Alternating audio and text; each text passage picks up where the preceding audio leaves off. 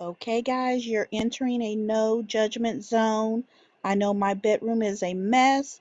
All of the chaos from the projects we got going on in the living room has made its way into our bedroom. So help me clean it up. Hello again. How y'all feeling? I love y'all. Your love is precious ever. Baby, kiss me before they turn the lights out.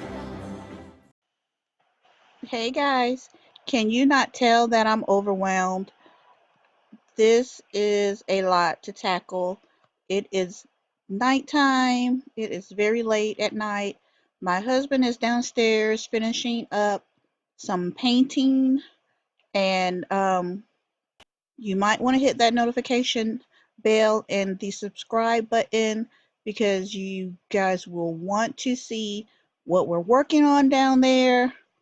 But that is the reason that I am so tired.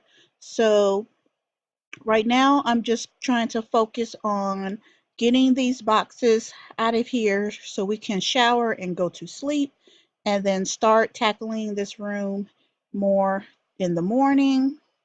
And guys, let me know if you want me to do a haul of all the stuff that I purchased for decor for this room and for the project that we're working on downstairs, and I'll get that video up for you.